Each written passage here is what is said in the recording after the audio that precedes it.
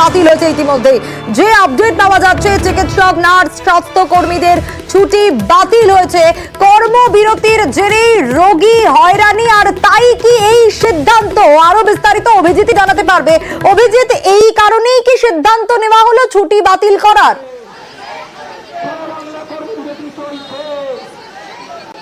ঠিকই সোনিয়া, এবং সেই কারণেই সিদ্ধান্তটা নেওয়া হলো, যেখানে বলা হচ্ছে যে আরজিকর মেডিকেল কলেজ হাসপাতালের সমস্ত চিকিৎসক, নার্স, স্বাস্থ্যকর্মীর ছুটি বাতিল করার সিদ্ধান্ত নেওয়া হয়েছে এবং যাদের একমাত্র আগে থেকে অনুমতি নেওয়া আছে তাদেরকেই ছুটি গ্রাহ্য করা হচ্ছে, না হলে নতুন করে কারোর ছুটি মঞ্জুর করা হবে না।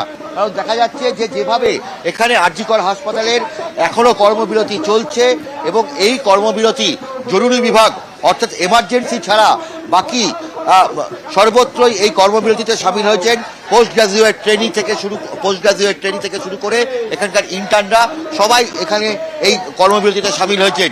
যে কারণে আজকে রবিবার হওয়ায় এখানে আউটডোর পরিষেবায় কোনো রকম সমস্যা দেখা যাচ্ছে না, কারণ রবিবার আউটডোর বন্ধ থাকে। কিন্তু ইনডোর পরিষেবায় যারা রয়েছেন, অর্থাৎ ইনডোরে যারা রয়েছেন তাদের কিন্তু যথেষ্টই সমস্যায় পড়তে হচ্ছেন। সেই সমস্ত রোগীদেরকে যারা বিভিন্ন ওয়ার্ডে চিকিৎসাধীন রয়েছে, একমাত্র সিনিয়র ডাক্তাররা ছাড়া কেউই তাদেরকে অ্যাটেন্ড করছে না।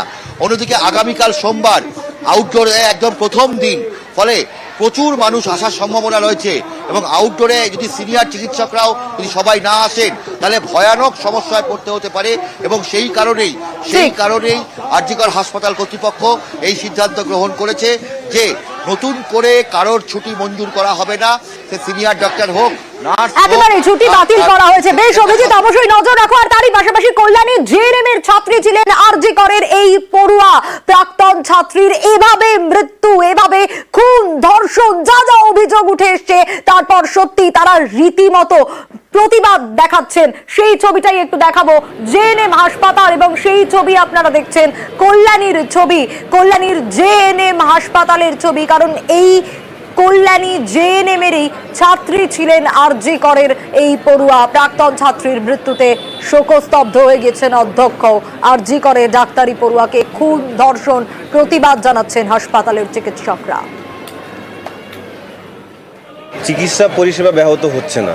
আজকের আন্দোলন হচ্ছে আমাদের পশ্চিমবাংলার সমস্ত স্বাস্থ্য কেন্দ্রের জন্য আন্দোলন, পশ্চিমবাংলার সমস্ত মেডিকেল কলেজগুলোর জন্য আন্দোলন, পশ্চিমবাংলার নিরাপত্তা ব্যবস্থার জন্য আন্দোলন, ডক্টরসদের নিরাপত্তা ব্যবস্থা যাতে প্রপারভাবে দেওয়া হয় তার জন্য আন্দোলন। আমাদের চিকিৎসা ব্যবস্থা কোনো মতে ব্যাহত হচ্ছে না, এমার্জেন্সি সার্ভিস প্রোভাইড করা হচ্ছে। কোনো পেশেন্ট পার্টি যদি ট্রিটমেন্ট না পায়, আমরা এখানে আন্দোলন করছি, ওনারা এসে যদি আমাদেরকে বলে স্যার আমরা ট্রিটমেন্ট পাচ্ছি না, আমরা আন্দোলনরত অবস্থায় ট্রিটমেন্ট করে দেব। ও এমবিবিএস এখান থেকেই পাস করে, আমারই ইউনিটের ছিল। মেয়েটি এত ভালো, এত সিনসিয়ার, কাজের দিক থেকে হোক, যে কোনো দিয়ে ব্যবহার থেকে নিয়ে, পেশেন্টের দিক থেকে নিয়ে, এক বলার দরকারই নেই। ও নিজের থেকেই পেশেন্টের কেয়ার সব কাজ করত। স্বপ্নেও ভাবিনি যে এরকম একটা জিনিস কারোর সাথে হতে পারে। যে এই কাজটা করেছে, মানে সে যে মানুষের ইয়েতে ঠিক করে জন্ম নিয়েছে সে ভাবছি না। সত্যিকারে যারা যারা আছে তাদের যেন কড়া শাস্তি না, একবারে ফাঁসি হওয়া উচিত, hang till death. Kalyani college of medicine and GNM হাসপাতাল 2011 সালে একরাশ ডাক্তার হওয়ার স্বপ্ন নিয়েই আরজিকরে নির্যাতিতা ভর্তি হয়েছিলেন এই মেডিকেল কলেজে। পথ থেমে থাকেনি, এখান থেকে এমবিবিএস, এখানে ইন্টার্নশিপ, এখানে ডেমনস্ট্রেটর, তারপরে চলে গেছিলেন আরজিকর হাসপাতালে। তার মৃত্যুতে, তার এই ঘটনায় শোকস্তব্ধ গোটা জেএনএম হাসপাতাল পরিবার।